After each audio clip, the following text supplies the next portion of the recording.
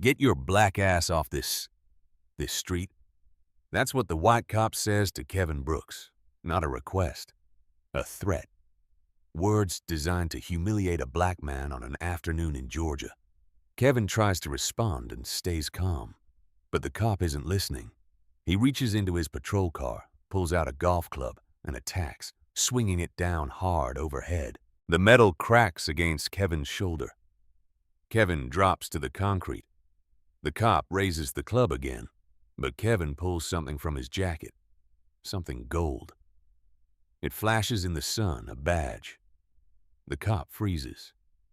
The golf club falls from his hand and hits the pavement. 8 seconds that flipped everything. If you've ever been judged by your skin, stay. What happens next proves that sometimes the victim has more power than the badge that attacked him. Earlier that day, Kevin Brooks is just a man enjoying his afternoon. He finishes 9 holes at the Lakeside Country Club, par on the 8th, bogey on the 9th, but he'll take it. In his late 30s, he's learned that golf is about patience, not perfection. The same lesson applies to his real job, though nobody at this club knows what he actually does for a living. His phone buzzes. A photo from his daughter, Mia. She's his young daughter holding up her science fair project, a baking soda volcano painted to look like Mount Vesuvius. The caption reads, "Dad, look, it exploded." Kevin smiles, texts back 3 heart emojis and a thumbs up. His wife, Rachel, is with Mia at her sister's house on Elmwood Drive, just a few blocks from the golf course. He could drive. His car sits in the parking lot, keys in his pocket. But Rachel has been after him about walking more. The doctor said the same thing at his last checkup. High blood pressure, stress, the kind of thing that comes with the job. So Kevin walks. Oakwood, Georgia. Population 58,000. It looks perfect from the outside. Oak trees lining every street. American flags on porches. Kids riding bikes in cul-de-sacs. The kind of town people move to for the good schools and the safe neighborhoods. But Kevin knows what those phrases really mean. He grew up a short drive south of here, in a neighborhood where those same phrases were used to keep people who looked like him on the other side of the county line. Redlining, steering. The polite words for segregation that never really ended, just got quieter. He joined the police force years earlier to change that. He spent time in patrol, then in homicide, and made detective while still young. He was good at it. He closed cases and built trust in communities that had every reason not to trust cops. Then, he took a different path. Internal Affairs, Atlanta Police Department, the unit that investigates other police officers, the job that makes every cop in every locker room go silent when you walk in, the job where you have no friends, only subjects and witnesses. Kevin reaches into his jacket pocket, feels his badge, not his regular detective shield, the special one. IA. 2 letters that change everything. But today, he is off duty. Today he is just Kevin, husband, father, man who played 9 holes and wants to get home for Sunday dinner. The afternoon sun sits heavy on his shoulders. Summer in Georgia means heat that sticks to your skin. Air so thick you can almost taste it. He passes house after house on Elmwood Drive. Perfectly cut lawns, sprinklers ticking, a dog barking behind a fence. The street is quiet, too quiet. Kevin has walked this route a dozen times visiting his sister-in-law. Never had a problem, but something feels different today. A tension in the air he can't quite name. His shoulder aches from his golf swing. He rotates it, feeling the pull. Getting old, he thinks. Not quite 40, but close enough to feel it. A few blocks to go. That's when he hears the engine, the particular sound of a patrol car. Crown Victoria police package, the engine that drops pitch when someone's watching instead of driving. Kevin doesn't turn around. Doesn't need to. He knows that sound better than most people on Earth. The car rolls up beside him. Oakwood Police Department, Unit 512, white with blue stripes. Kevin keeps walking, hands visible, posture relaxed. He has done nothing wrong. He is on a public street. He knows his rights. The patrol car passes him, then stops. Brake lights flare red. The driver's door opens. A white officer steps out. Mid-40s, solid build, sergeant stripes on his sleeve. His name tag reads Thompson, and everything changes. Scott Thompson stands beside his patrol car. His hand rests on his duty belt. Not on his gun yet, but close enough. "Excuse me?" Kevin stops, turns. "Yes, officer." Thompson looks him up and down, takes his time. The kind of look that measures and judges before you speak. His eyes linger on Kevin's khaki pants, navy polo, sneakers. "What are you doing here?" The emphasis on "you" lands like a sap. Kevin has heard that tone in hundreds of complaints. The tone that makes a person a problem based on skin color alone. "Walking home, sir. This is a private neighborhood." Thompson crosses his arms. It's not. Elmwood Drive is public. But Kevin doesn't correct him. "I'm heading to my sister-in-law's house. My wife and daughter are there." Thompson narrows his eyes. "Let me see identification." "Am I being detained?" Silence. A car passes a couple blocks away. A sprinkler ticks nearby. Normal afternoon sounds. Thompson steps closer. 1 step. 2. "I asked you a question, boy." 4 letters, carrying centuries of hate. 4 letters stripping away Kevin's years of life. His degree, his years of service. Kevin's jaw tightens. His hands stay visible because he knows what happens if he gives this cop any excuse. "I'm not required to provide identification without reasonable suspicion of a crime." Am I suspected of a crime? Thompson's face flushes red. "You're acting suspicious." "How?" "Don't get smart. I'm trying to understand what I've done wrong. I'm walking on a public sidewalk." Thompson's hand moves toward his belt. "Get your black ass off this street." The words echo. A door opens down the block. An elderly woman steps onto her porch, phone in hand. "Officer Thompson." "I'm just—" "Shut up!" Thompson turns to his patrol car, opens the rear door, reaches inside. He pulls out a golf club, a putter. Old. Scratched. Kevin's pulse spikes. "Officer Thompson, there's no need." Thompson isn't listening. He's already written the report. Subject acting erratically, refused commands. Officer felt threatened. Thompson advances. 3 steps. 2. Kevin raises his hands, palms out. "I am not resisting." Damn right. The club swings up over Thompson's head. Metal catches the sun, then comes down fast. Hard impact. The club connects with Kevin's left shoulder. Crack. Metal meeting bone. The sound echoes down the street. Pain explodes. White hot. Kevin's knees buckle. He hits the sidewalk. Concrete hot against his cheek. "Stop! What are you doing?" The woman's voice from her porch. Thompson grabs Kevin's jacket, hauls him up. "Don't resist." "I'm not." Pain shoots down Kevin's arm. "I'm not resisting." Thompson raises the club again, higher this time. The club starts down, aimed at his head. Kevin reaches into his jacket. Slow, deliberate. His right hand moves to his inside pocket. Thompson sees it. His hand drops to his weapon. "Hands where I can..." Kevin pulls it out. A badge.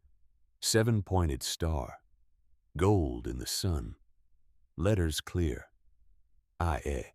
He flips it open. The badge flashes. Detective Kevin Brooks, Internal Affairs Division, Atlanta Police Department. Thompson freezes.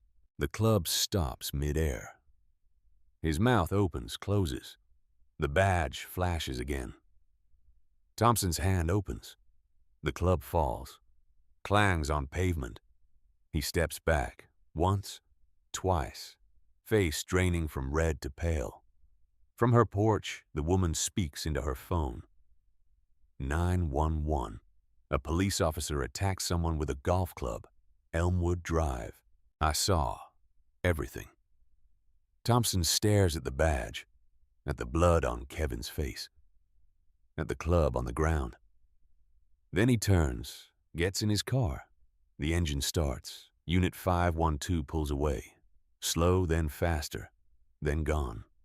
Kevin stays on the sidewalk, breathing hard, badge in his hand, shoulder on fire, blood warm on his cheek. The woman hurries down from her porch, elderly, floral dress, concern on her face. Are you okay? I called 911. I saw what he did. Kevin nods. Can't speak yet. The adrenaline fading, the pain intensifying. But one thought cuts through everything else. Scott Thompson just assaulted an internal affairs detective, the one cop with authority to investigate other cops, the one person who can destroy his career, his reputation, his freedom. Thompson thought Kevin was just another black man he could intimidate, someone who'd stay silent, someone without power.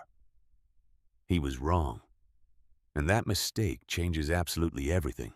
The 911 recording captures everything.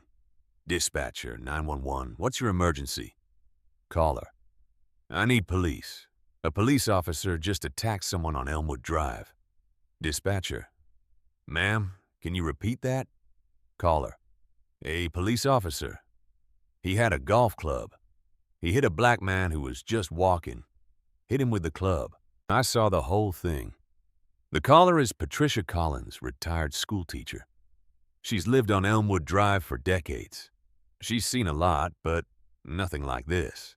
The recording continues. Patricia describes the patrol car. Unit 512 describes the officer. White, 40s, sergeant stripes, describes Kevin.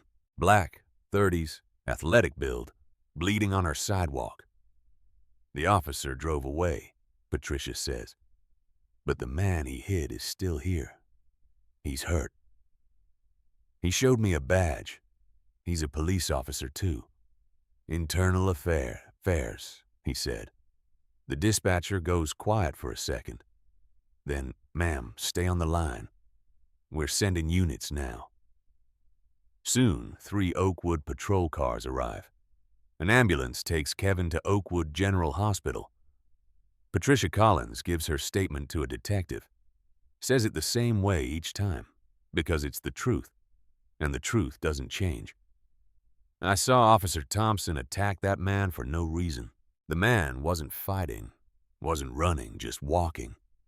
Kevin Brooks walks into Oakwood Police Department headquarters. His left arm is in a sling. Medical report from the hospital. Contusion to the left shoulder. Possible rotator cuff strain. Abrasions to the face and left arm. Treated and released. He carries a manila folder inside. His IA credentials, a formal complaint, copies of his medical records, and a statement typed up while his shoulder throbbed, and his daughter asked why Daddy was hurt. The desk sergeant looks uncomfortable. Detective Brooks, the chief is expecting you. Chief Harold Foster meets him in a conference room. He has the look of a man who spent his career protecting something. And right now that something is his department. Detective Brooks. Foster extends his hand. Kevin shakes it with his right. I want you to know we take this very seriously. Good, Kevin says, because I'm opening a formal investigation. Foster's smile tightens. We're conducting our own internal review. With respect, Chief, I'm not waiting for your review. Kevin slides the folder across the table. I'm a sworn IA detective with cross-jurisdictional authority under Georgia Code. I have the right to investigate any peace officer in this state when there's probable cause. Foster opens the folder and reads. His face doesn't change, but his knuckles go white on the edges of the paper. And I have probable cause. Kevin continues. Assault, battery, deprivation of rights under color of law. Filing a false report. Kevin pulls out another sheet. Officer Thompson filed his incident report minutes after the assault. I obtained a copy this morning. He reads from it. Subject acting suspiciously on Elmwood Drive. Refused to comply with lawful orders. Exhibited erratic behavior. Minimal control technique necessary to gain compliance. Kevin looks up. Minimal control technique. That's what he called it. Hitting me with a golf club while I was trying to show my ID. Foster shifts in his chair. Detective, I understand you're upset. I'm not upset, Chief. I'm objective. This isn't personal.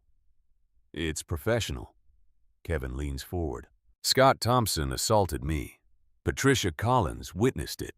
The 911 recording confirms it. And his report is a lie. That's 3 charges right there. Thompson is a decorated officer with 12 complaints in his file. The room goes silent. Kevin lets that number sit. 12 complaints over 7 years. I pulled his record this morning. 11 of those complainants were black or Latino. 7 involved excessive force. 0 resulted in discipline. Foster's jaw tightens. Those complaints were investigated and found to be unfounded, unsubstantiated, administratively closed. Kevin nods. I read the files, every single one. And you know what I noticed, Chief? The language is almost identical. Same phrases, same conclusions. Like someone had a template. Foster stands. Detective Brooks, I think we should continue this conversation. When you've had time to, I've had plenty of time. Kevin stands too. Winces as his shoulder protests. I spent last night reading every complaint filed against Scott Thompson, reading the witness statements that somehow disappeared, reading the body cam footage that mysteriously malfunctioned, reading the reports that got amended after the fact. He moves toward the door, stops, turns back. You've been protecting him, Chief, for years, and I'm going to prove it. The story hits the local news. Channel 8 runs a segment. Oakwood officer involved in confrontation with off-duty Atlanta detective. The department's public information officer gives a statement. We take all complaints seriously. A thorough internal review is underway. But something else happens that day. Something the department doesn't expect.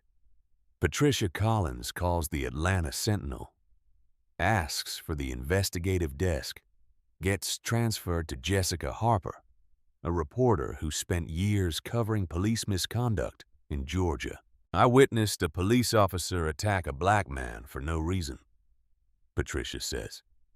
And I think it's happened before. Jessica Harper listens, takes notes, asks questions. By the end of the call, she's opening a new file on her laptop. The subject line reads, Oakwood PD Pattern and Practice. Patricia's doorbell rings. It's a man in his late 20s. Officer Kyle Murphy, Oakwood Police Department. He's out of uniform. Looks nervous. Mrs. Collins, I heard about what you witnessed. I just wanted to say... He glances around. Thank you for speaking up. Patricia studies him. You know Officer Thompson? I work with him. Kyle's voice drops, and I've seen things that made me uncomfortable. Like what? Kyle hesitates. Then, can I give you a name? Someone who might want to talk to you or that reporter. Patricia hands him a pen and paper. Kyle writes down a phone number. This is my personal cell if Detective Brooks needs someone on the inside. Someone who's willing to tell the truth. He leaves before Patricia can ask anything else. But the paper stays on her kitchen table. The number that might crack this case wide open. Because Scott Thompson's violence isn't a secret to everyone at Oakwood Police Department, some people just needed permission to stop being silent. Scott Thompson sits in a conference room at Oakwood Police Department headquarters. His lawyer sits beside him, a former cop himself, now in private practice defending officers in misconduct cases. Across the table, Kevin Brooks, not as a victim, as an investigator. The shift is immediate, undeniable. The man who was bleeding on the sidewalk days ago now holds all the power in this room. Kevin opens a folder, doesn't look at Scott, doesn't acknowledge the lawyer yet, just reads from a document. Scott Thompson, years with Oakwood Police Department, currently holding the rank of sergeant. 12 internal affairs complaints filed over the years. 0 sustained, 0 disciplinary actions. He looks up. That's a remarkable record, Officer Thompson. Either you're the unluckiest cop in Georgia or something else is going on. Scott's lawyer leans forward. Detective Brooks, my client is here voluntarily to cooperate with... Your client attacked me with a golf club. Kevin's voice stays flat, professional. That's not cooperation. That's assault. And I'm not here as a victim today. I'm here as an internal affairs detective with the authority to investigate this case. The lawyer blinks. I wasn't aware IA had jurisdiction. Georgia code grants our detectives cross-jurisdictional authority to investigate peace officers anywhere in the state when probable cause exists. Kevin slides a document across the table.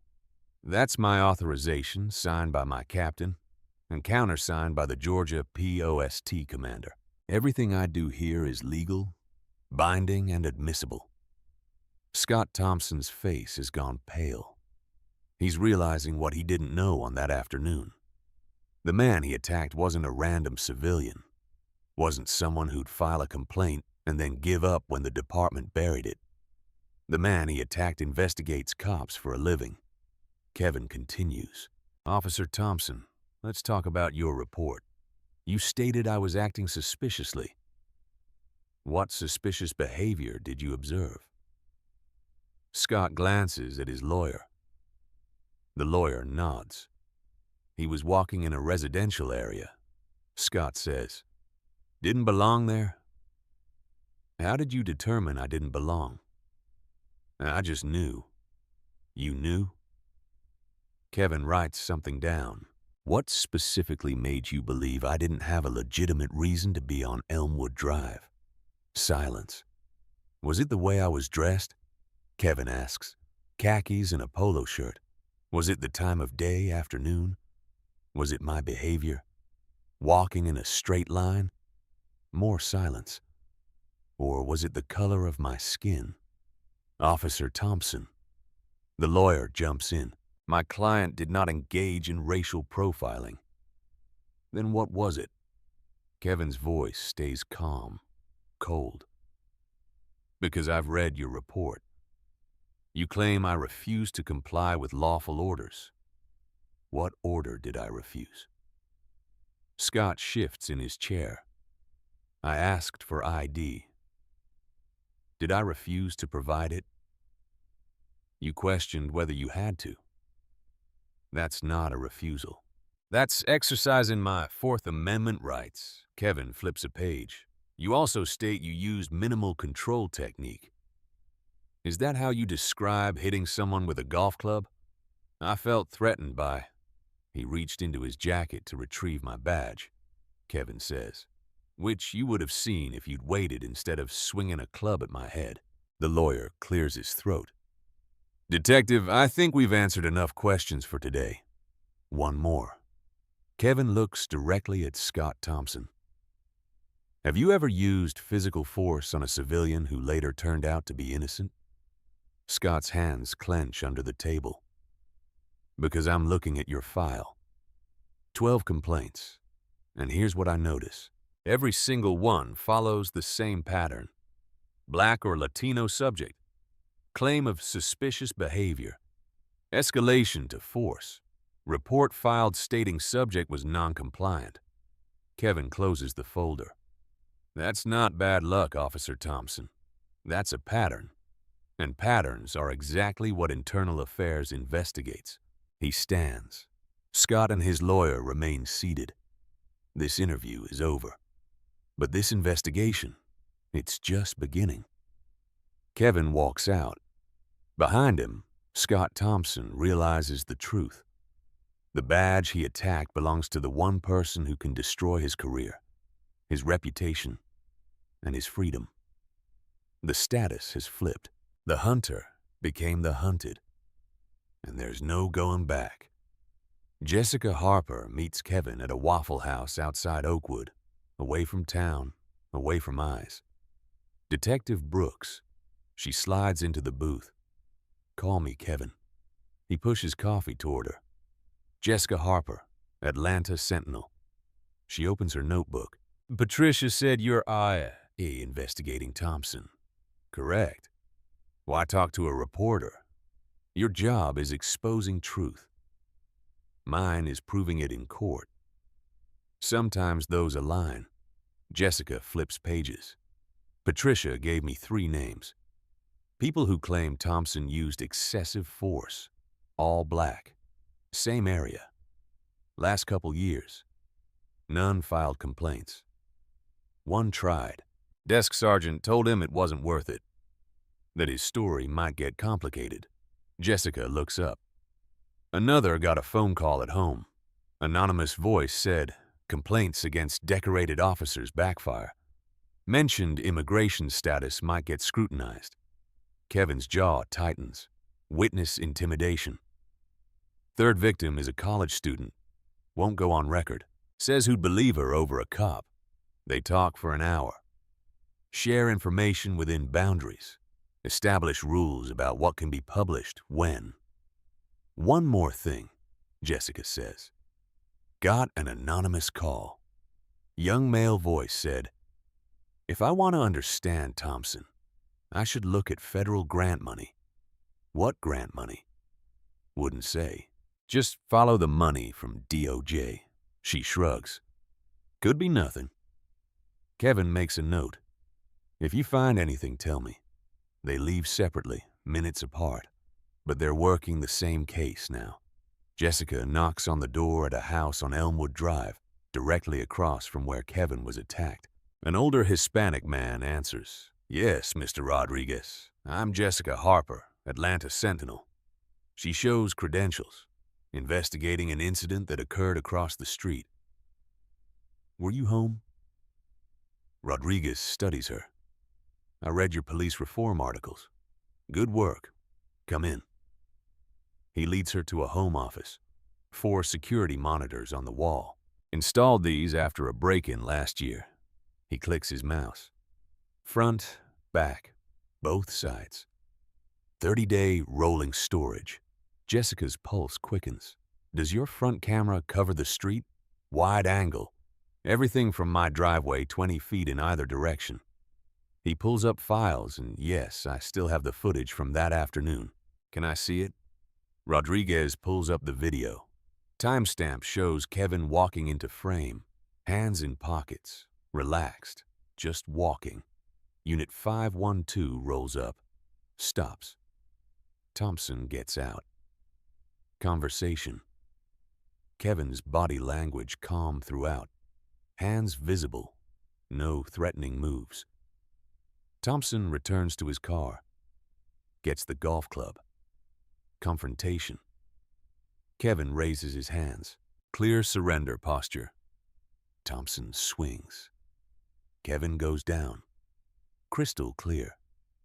No ambiguity. Complete vindication of Kevin's account. Complete destruction of Thompson's report. Would you provide this to my newspaper? Jessica asks. I already gave Detective Brooks a copy, but yes. Rodriguez burns a DVD. That officer needs accountability. That evening, Kevin sits at his desk at Atlanta PD. After hours, building empty. He accesses Oakwood Police Department personnel database remotely. His IA credentials give him legal access. He pulls Thompson's complete complaint history. 12 complaints. He reads systematically, taking notes. Cases show the same pattern. Racial profiling, excessive force, unlawful searches. Same conclusion. Unfounded. Same problem. Missing video. Body cameras malfunctioning. Dash cams not activating. But one case is different. Thompson attacked Darius Johnson outside a store. Claimed he matched robbery description. No robbery reported. Finding unsubstantiated, actions within policy. But there's video from Thompson's partner, Kyle Murphy. Kevin clicks the link. It plays. Thompson approaching Darius, grabbing him, slamming him against a wall. Darius not resisting, asking what he did. Thompson, shut up. Camera shifts away, returns. Darius on ground bleeding. Footage, but Thompson's report says shorter time. Investigation finding says video supports officers' brief professional interaction. Someone's lying. Kevin checks file properties. Modification during the investigation. Modified by Captain Stephen Hayes. Pattern of buried complaints and evidence tampering. Secured. Kevin calls Officer Kyle Murphy. Officer Murphy. Detective Brooks. We should talk. Pause. Yes, sir. Not over phone. Not in Oakwood. Can you meet tonight? Waffle House on the highway. They meet. Kyle looks nervous. Keeps watching the door. Detective Brooks. Thank you. You said you have information about Thompson. Kyle nods. I've been his partner for years. I've seen things. Things I should have reported but didn't. Tell me. Scott targets people. Black people mostly. Some Latinos. Anyone he decides doesn't belong. I've watched him manufacture stops, escalate situations, put hands on people who weren't threatening. Always the same type. When someone complains, Captain Hayes makes them disappear, reviews them, adjusts the language, makes complainants sound not credible, makes Scott's actions sound justified. Sometimes complaints just vanish. Why does Hayes protect him? Kyle leans forward. Federal grant money. DOJ community policing grant over $2 million. Got it years ago.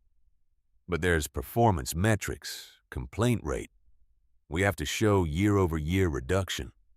If complaints go up, grant gets pulled. So Hayes buries complaints. Hayes and Chief Foster.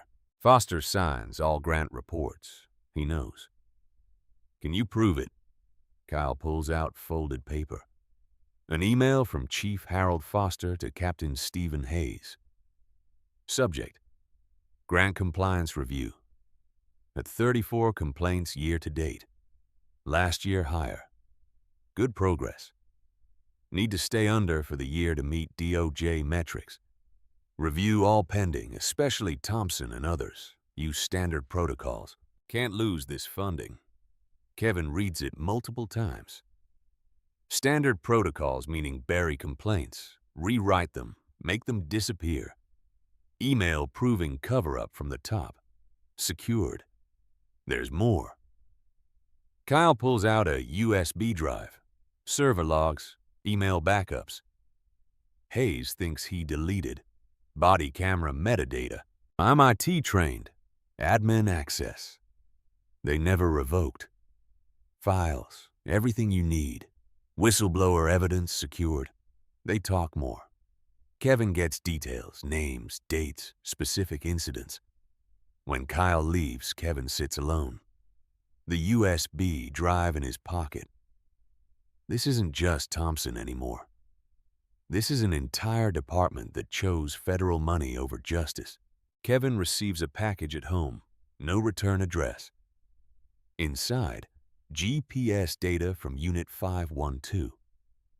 Data shows Thompson's car stationary on Elmwood Drive. Not moving, parked, waiting. His report claims routine patrol and happened to drive past. He was lying. He was waiting. GPS proving premeditation secured. That night, Kevin's phone rings. Unknown number. Brooks, heavy breathing, muffled voice. Drop the investigation. Who is this? Back off while you can. Is that a threat? Advice. This goes deeper than Thompson. You keep digging. People get hurt. People are already hurt. Your family. Nice daughter. Mia, right? Young. Oakwood Elementary. The line goes dead. Kevin sits in darkness. Daughter sleeping upstairs. They just threatened his family by name, which means he's close to something they can't afford to lose. Mia Brooks comes home from school crying. Rachel finds Kevin in his office. We need to talk. He closes his laptop, sees the look on her face. What happened? Mia got in trouble at school today for fighting. Fighting? Mia. Their daughter has never been in a fight in her life. A boy in her class said you attacked a police officer. Said you're going to jail. Mia pushed him. Kevin closes his eyes. Where is she? Her room. He finds Mia sitting on her bed. Her eyes are red. Hey, baby. She doesn't look at him. Am I in trouble? No. Kevin sits beside her. Tell me what happened. Cody said you're bad. Said his dad said all cops who investigate cops are traitors. Said you're going to go to prison. Cody's dad is wrong. But why did that officer hurt you? How do you explain systemic racism to a young daughter? How do you explain that some people decide who you are based on your skin before you even speak? Sometimes, Kevin says carefully, people make bad choices. And when police officers make bad choices, my job is to find out why and make sure it doesn't happen again. But you got hurt. I did, but I'm okay now. Are they going to hurt you again? He pulls her close. No one's going to hurt me or you or Mom. I promise. It's a promise he's not sure he can keep. That afternoon, Rachel pulls him aside again. Someone's following me. What? A car. Gray sedan. I've seen it multiple times this week. Same car, different locations. Kevin feels ice in his stomach. You're sure? I'm sure. Rachel's voice shakes. Kevin, what's happening? They're trying to scare me. Make me back off. Is it working? He looks at his wife. Years together. She's seen him through patrol, through homicide, through the decision to join IA. She's never asked him to quit before. Kevin, I'm not asking you to stop, she says. I'm asking if you can protect us while you finish this. I can. Then finish it fast. That night, Kevin installs a security system at their house. Cameras, motion sensors, alarms on every door and window. It's not enough, but it's something. The phone call Kevin's been dreading comes from his captain. Brooks, we need to talk about Oakwood. What about it? I got a call from their chief, Harold Foster. He's filing a complaint against you. Kevin sits up. On what grounds? Abuse of IA authority, harassment of his officers, conducting an unauthorized investigation. It's not unauthorized. I know. I've seen your paperwork. It's all legal. His captain sighs. But Foster's making noise, says you have a personal vendetta against Thompson, says you're using your IA badge to settle a score. That's not what's happening. I know that. You know that. but Post is going to have to review it formally. Post, Georgia Peace Officer Standards and Training, the agency that licenses every cop in the state. If they side with Foster, Kevin's IA authority could be suspended. How long? A week, maybe 2.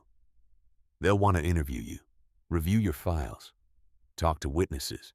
I need to keep working this case, then work fast and document everything because Foster's playing the long game here.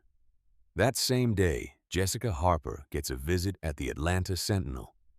2 men in suits, Oakwood city attorneys. Miss Harper, we understand you're working on a story about our police department. Jessica doesn't invite them to sit. I'm working on several stories, specifically about Officer Scott Thompson. I can't discuss active investigations. We're here to remind you about Georgia's defamation laws. Publishing false or misleading information about a peace officer can result in civil liability. Jessica smiles cold. Are you threatening to sue me? We're advising caution. I'm a journalist. Caution is making sure every fact is airtight before I publish, which is exactly what I'm doing. The attorneys exchange looks. We'd hate to see the Sentinel face unnecessary legal expenses. Get out of my office. They leave. But the message is clear. Back off or face consequences. Jessica calls Kevin. They came after me today. I know. They're coming after everyone. Did they threaten your family? Silence. Kevin? Yeah, he says quietly. They mentioned my daughter's name, her school. Jesus, are you going to... No, I'm not stopping. But Jessica, you need to be careful. These people play dirty. So do I. Officer Kyle Murphy gets called into Captain Hayes' office. Murphy closed the door. Kyle does. Knows what's coming. I understand you've been talking to people about Officer Thompson. I answered questions as required. You gave information to a reporter. Kyle's heart sinks. I don't know what... Don't lie to me, officer. I know about your conversation with Mrs. Collins. I know you've been in contact with Detective Brooks. Hayes leans forward. You're young. You have a career ahead of you. Don't throw it away over Scott Thompson. Captain, I saw things. You saw an officer doing his job. Sometimes the job isn't pretty, but we don't air our dirty laundry to outsiders. We protect our own, even when they're wrong. Hayes' face hardens, especially then because if we don't protect each other, who will? Kyle leaves the office, finds his patrol assignment changed. Night shift. The worst areas, the most dangerous calls. Punishment. Warning. Message received. But Kyle still has the copies he made. The emails, the server logs, and he's not done talking. Not. Kevin Brooks sits in his dark living room late at night. Can't sleep. Shoulder aches. Mind won't stop. His phone lights up. Rachel's name. She's calling from upstairs, which means something's wrong. Kevin, come here now. He takes the stairs 2 at a time, finds Rachel at Mia's window. Outside, parked on their street, a gray sedan, engine running, headlights off, just sitting there, watching. Kevin pulls out his phone, calls 911, then calls his captain. By the time Atlanta PD arrives, the sedan is gone, but the message was delivered. We know where you live. Kevin stands at his daughter's window, watches the street, his family sleeping behind him, his career on the line, his life threatened, and he asks himself the question. Everyone asks eventually, is it worth it? Is exposing one cop's violence worth putting his own family at risk? The answer should be simple, but late at night, watching an empty street where a threat just sat, nothing feels simple anymore. Kevin Brooks doesn't go to work. He sits in his backyard instead, coffee growing cold in his hand, the morning sun already hot on his shoulders. Rachel finds him there later. "You're still here?" "Yeah." "Kevin talked to me." He doesn't look at her. "They threatened you." "They threatened Mia, and I keep pushing anyway." "What kind of father does that?" Rachel sits beside him. The kind who believes some things are worth fighting for. Are they really? He finally looks at her. "Scott Thompson attacked me. That's wrong. But is exposing him worth putting our young daughter in danger? They're not gonna hurt Mia." "You don't know that. You can't know that." His voice cracks. "I've spent years as a cop. You know what I've learned? Bad cops are the most dangerous people in the world because they have the badge. They have the authority. They have the system protecting them. And you have the power to change that." "Do I?" Kevin laughs, bitter. "Foster filed a complaint against me. Post is reviewing my authority. My own department is starting to distance themselves. And for what? So I can prove one racist cop assaulted me. There are thousands of Scott Thompsons out there. I take down one, another takes his place. That's not the man I married talking. Maybe it should be." He sets down his coffee. "Maybe I should have just filed the complaint, let it get buried like the other 12, and moved on with my life." "You don't believe that?" "I don't know what I believe anymore." They sit in silence. A bird sings somewhere. A lawnmower starts up 3 houses down. Normal afternoon sounds like the world isn't falling apart. "Mia asked me something last night," Rachel says quietly. "What?" "She asked if you were going to stop being a police officer." Kevin's chest tightens. "What did you tell her?" "I told her you were the best police officer I knew because you help people who can't help themselves, even when it's hard, even when it's scary." "Rachel." Then she said something that broke my heart. Rachel's eyes well up. She said, "But Mommy, who helps Daddy?" Kevin closes his eyes. "Who does help you, Kevin, when you're carrying all this weight? When you're fighting the entire system by yourself?" "I don't know." "I do." Rachel takes his hand. "We do. Me and Mia, Jessica Harper, Patricia Collins, Kyle Murphy, all those people who filed complaints that got buried. We help you because what you're doing matters not just to you, to everyone who's ever been Scott Thompson's next victim. What if I can't do it? What if I'm not strong enough? You are. How do you know? Because you're still here, still fighting, even after everything." She squeezes his hand. "You could have dropped it the moment they threatened Mia. Could have walked away, protected your family. No one would have blamed you. I should have. But you didn't because you know if you stop now, Scott Thompson wins. The system wins. And the next black man who walks down Elmwood Drive might not be a cop, might not have a badge to flash, might not survive." Kevin sits with that, the weight of it. "This is bigger than you now," Rachel says. "Bigger than our family.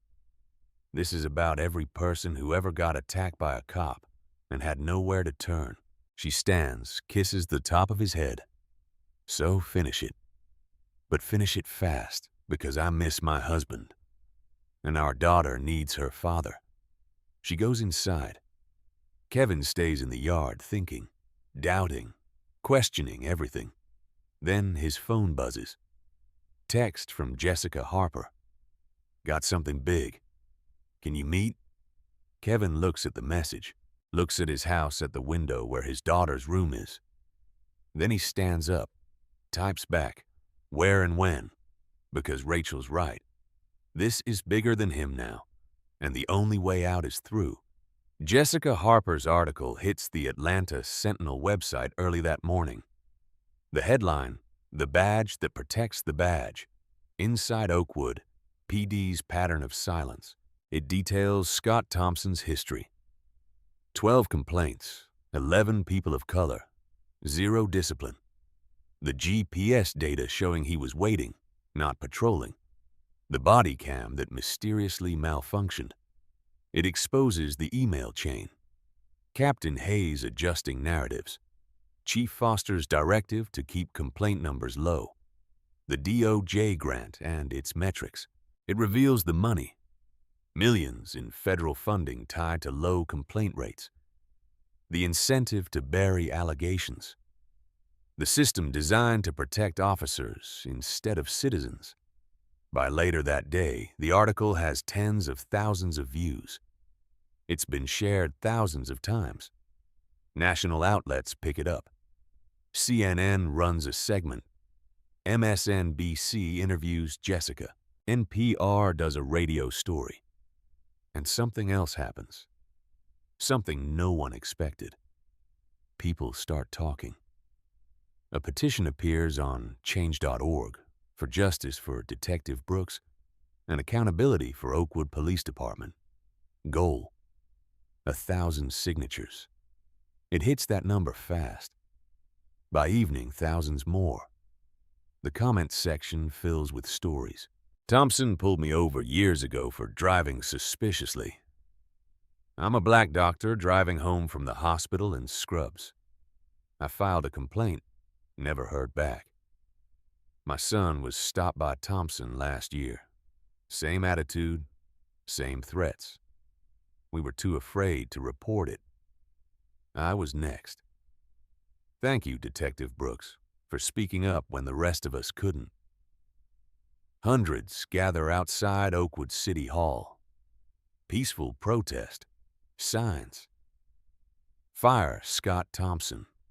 Investigate Oakwood PD. ED.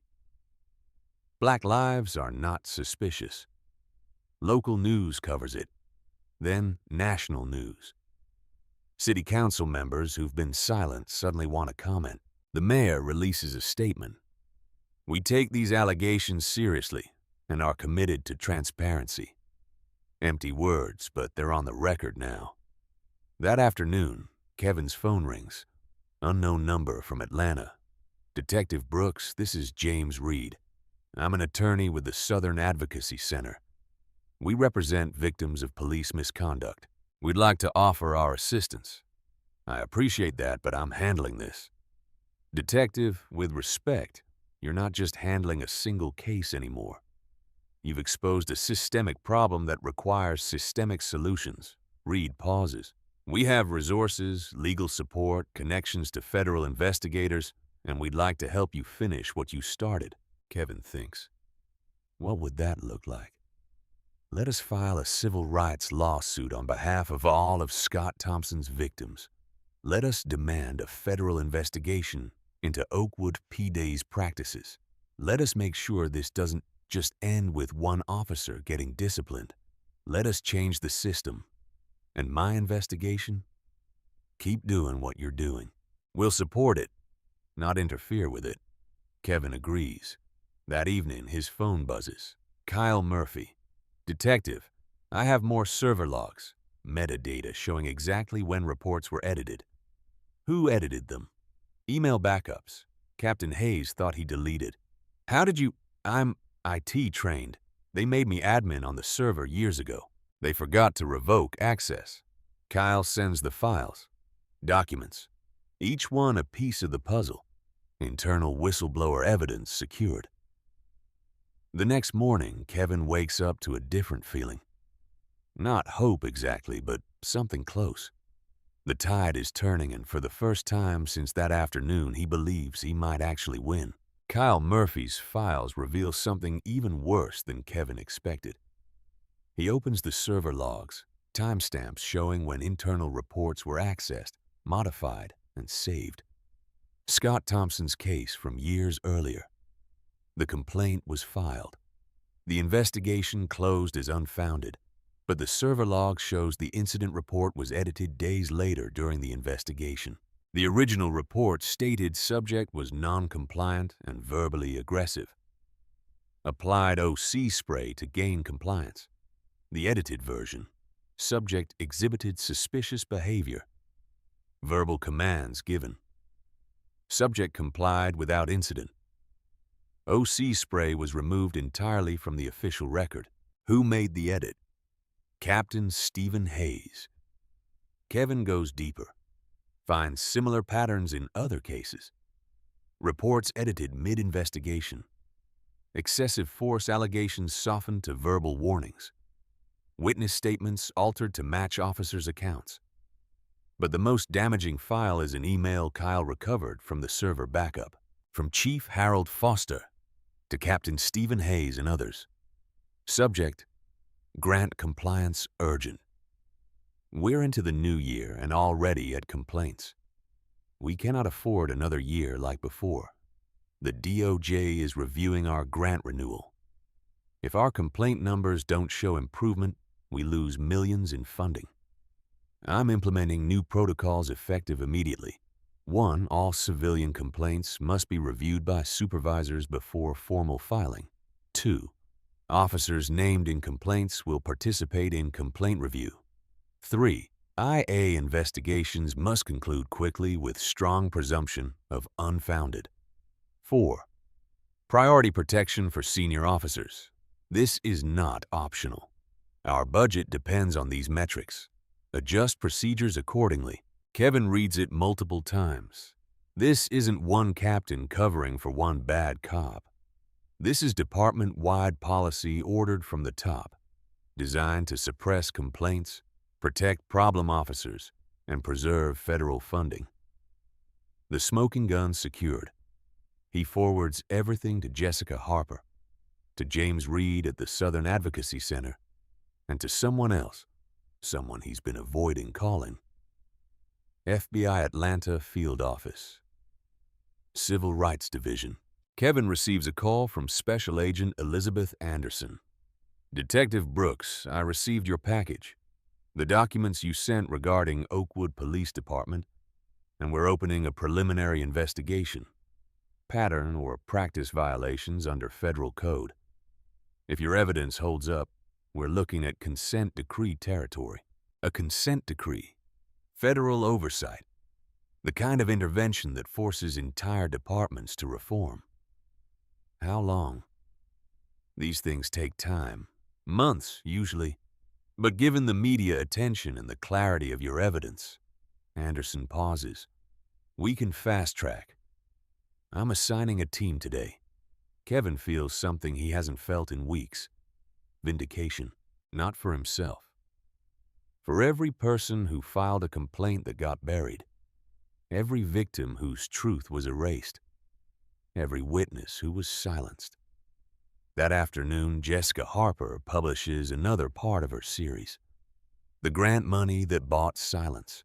She details the DOJ funding, the metrics tied to complaint rates, Chief Foster's email directing systematic suppression, the financial incentive behind every buried allegation.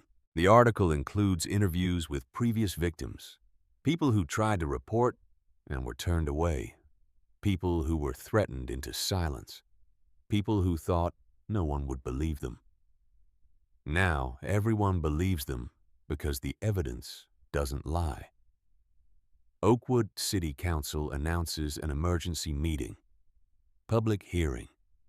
Subject: allegations against police department and request for independent investigation. The invitation is open to the public, to victims, to witnesses, to Detective Kevin Brooks.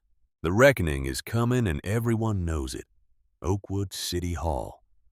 Council chambers packed. Every seat filled. People standing along the walls. News cameras from stations. Reporters from Atlanta and beyond. Kevin Brooks sits in the front row. Rachel beside him. Jessica Harper 2 rows back. James Reed at a table with other attorneys from the Southern Advocacy Center. Councilwoman Susan Taylor gavels the meeting to order. We're here to address allegations against the Oakwood Police Department. This hearing is on the record. All statements will be public. Chief Foster sits at a table with city attorneys. Scott Thompson beside him. Captain Hayes next to Scott. They look confident, like they've weathered scandals before. They haven't seen what's coming. Detective Kevin Brooks, Councilwoman Taylor says, please come forward. Kevin walks to the podium. No notes. Doesn't need them. Members of the council, on that afternoon I was walking on Elmwood Drive. Sergeant Scott Thompson stopped me. He asked what I was doing in the neighborhood. I explained I was visiting family. He demanded ID. I asked if I was being detained. He refused to answer. The room is silent, every eye on him. Then Officer Thompson retrieved a golf club from his patrol vehicle and struck me. I sustained injuries requiring medical treatment. When I showed him my internal affairs badge, he dropped the weapon and drove away. Kevin pauses, lets that sink in. But this isn't about me. This is about a system that allowed Officer Thompson to brutalize people over the years without facing a single disciplinary action. He pulls out a document, reads names, dates, allegations. Robert Williams, Michelle Brown, Darius Johnson. Each name a person, each person a victim. Most of these complainants are Black or Latino. Several involve excessive force. All were closed as unfounded. A projector screen lights up behind him. Jessica's doing. The email from Chief Foster, projected large enough for everyone to read. This email, sent by Chief Foster, directs his command staff to suppress complaints to maintain federal grant funding. Millions tied to low complaint numbers. That's the price Oakwood PD put on justice. That's what your department values more than truth.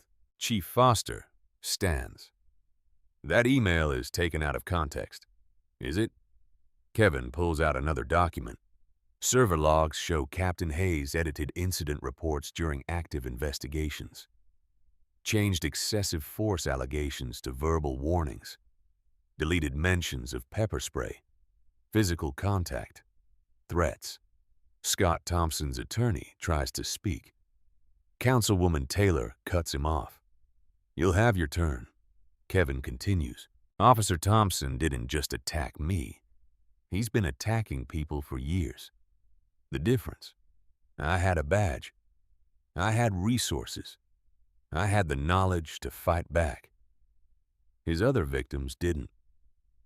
He looks directly at Scott Thompson. On that afternoon, you told me to get my black ass off that street. You made an assumption based on my skin color. You decided I didn't belong. You attacked me with a weapon, and then you lied about it in your report. Scott's face goes red. But here's what you didn't know. I'm internal affairs, and my job is holding cops like you accountable. Kevin steps back from the podium. I'm recommending Scott Thompson be terminated, prosecuted, and stripped of his peace officer certification. I'm recommending federal investigation into Oakwood Police Department for pattern and practice violations. And I'm recommending Chief Foster and Captain Hayes face criminal charges for obstruction of justice. The room erupts, some applauding, some shouting, cameras flashing. Scott Thompson's attorney stands. My client wishes to make a statement. Scott approaches the microphone, reads from prepared notes. I deny any racial bias. I felt threatened by Detective Brooks' presence and behavior. I acted in accordance with my training. These allegations are baseless and part of a coordinated attack on law enforcement. Then he adds, going off script, I've served this community for years. I've risked my life. And now I'm being destroyed by a man who ambushed me. Ambushed you? Kevin stands. I was walking home. You were in a neighborhood where what? Where black people don't belong? Scott goes silent. realizes he's said too much. James Reed approaches the podium. Council members, the Southern Advocacy Center represents victims of Officer Thompson. We're filing a federal civil rights lawsuit. We're also requesting the Department of Justice investigate Oakwood PD under the consent decree process. He presents a thick binder.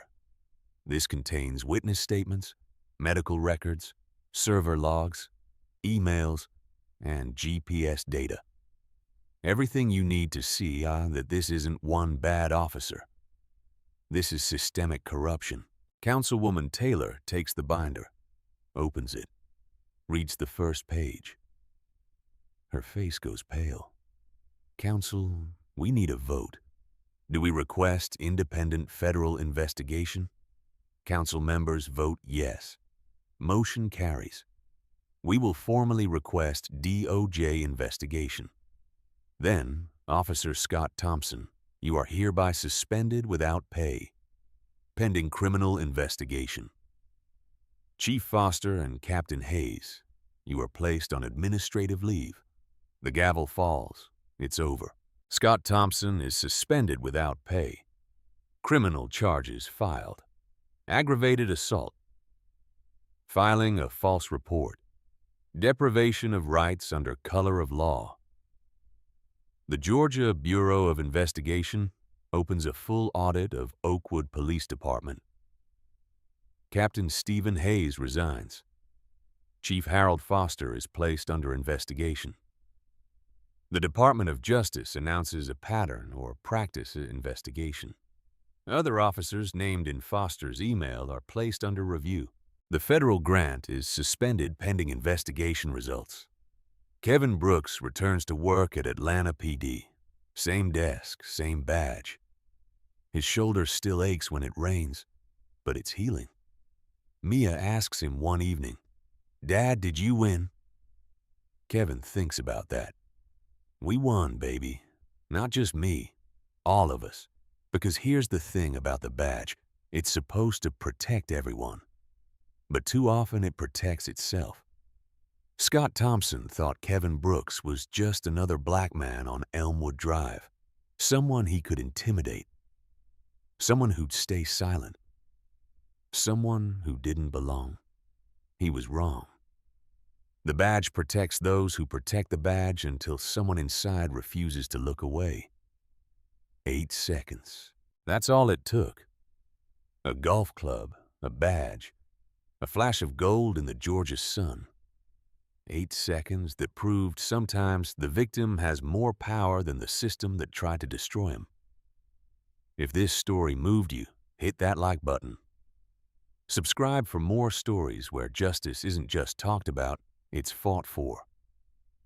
Drop a comment. Have you ever stood up when it cost you something? Have you ever been told you don't belong? These conversations matter because silence protects the wrong people. And Detective Kevin Brooks, he's still working, still investigating, still holding the line because there are more Scott Thompsons out there. And someone has to refuse to look away. In the end, Kevin Brooks' story reminds us that true courage isn't about never feeling afraid. It's about refusing to stay silent when the system itself turns against you. Here was a man who had dedicated his life to protecting others, only to find himself on a quiet suburban sidewalk, staring down a golf club raised by someone sworn to serve and protect. In those terrifying seconds, everything he had built, his career, his family's safety, his belief in justice, hung by a thread. Yet when he flashed that internal affairs badge, the power flipped in an instant. What followed wasn't just one man's victory. It was a raw, heartbreaking reminder that standing up for what's right often costs you everything you hold dear. Kevin faced threats to his little girl. Sleepless nights, wondering if he was a terrible father for pushing forward, and the crushing doubt that one voice could ever change a department, rotten with cover-ups and federal grant money that valued statistics over human lives. But he kept going, supported by his wife's quiet strength, a brave whistleblower, a fearless reporter, and an elderly neighbor who simply refused to look away. The lesson cuts deep. Sometimes the greatest power doesn't come from a badge or a title, but from the decision to speak truth even when your knees are shaking and your heart is breaking. It teaches us that real change begins when ordinary people, cops, neighbors, families, choose integrity over comfort. When they risk everything so the next person walking down that same street doesn't have to. Kevin didn't just survive, he exposed a darkness that had silenced too many for too long, proving that one act of courage can ripple outward and force an entire system to reckon with itself. If Kevin's journey stirred something in your heart, the fire to stand taller, the ache of knowing how heavy the fight can be, drop a comment below and tell us, have you ever had to choose between staying safe and speaking up, even when it cost you? What gave you the strength to keep going? Your stories matter more than you know. If this touched you, hit that like button. Subscribe for more real-life tales of quiet heroes who refuse to back down. And turn on notifications so you never miss the next story that reminds us why fighting for justice is always worth it. Let's keep this conversation alive, together.